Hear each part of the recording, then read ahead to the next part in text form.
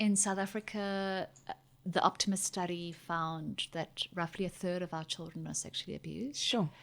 And the numbers, interestingly enough, are higher for boys than they are for girls, which is unusual from a global perspective. Normally it is higher for girls than it is for boys. We've got very, very high levels of sexual abuse against boys in this country.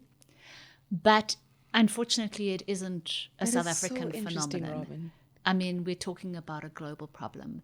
And the advent of children living their lives online has made things so much worse because it's opened up another avenue of predation that many parents who are very empowered in the let me watch my child in the playground, or let me make sure that they're physically safe and that they know about good touches and bad touches.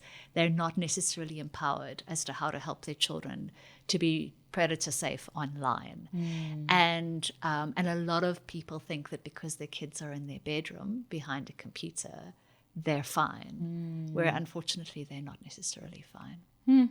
It's so interesting that you say that. I was recently this past weekend, a friend of mine was babysitting 2 boys and they were playing computer games. So I was just curious, and then I said, you stop playing the game, I'm chatting to you. He said, I can't stop playing because it's online. I'm playing with people all over the world.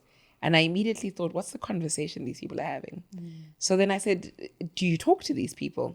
And he said, no, because I'm underage, I'm not allowed to enter the conversation, so they can't text me or talk to me. And I thought, I mean, there's still many loopholes, but I was like, that's a really, comforting thing to know that there's certain barriers that are put in place for strangers not to be talking to children on the internet. But I don't think that's every game. No. Actually, even it's so easy. All you need to change is your age. Exactly. And then the next thing you can be part of the chat. Exactly. So easy to go through that. Yeah. And in fact, I mean, unless parents, again, are having these conversations with their children. So about things like privacy settings, about who you can speak to online, about sharing location, sharing identifying information, sharing all of those kinds of things, then it is very easy for people who want to predate on children to access them in an online environment. And what's really interesting is going back to our conversation about strangers.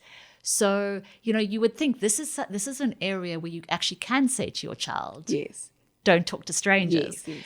But what's interesting about our children's online world is that relationships develop really quickly.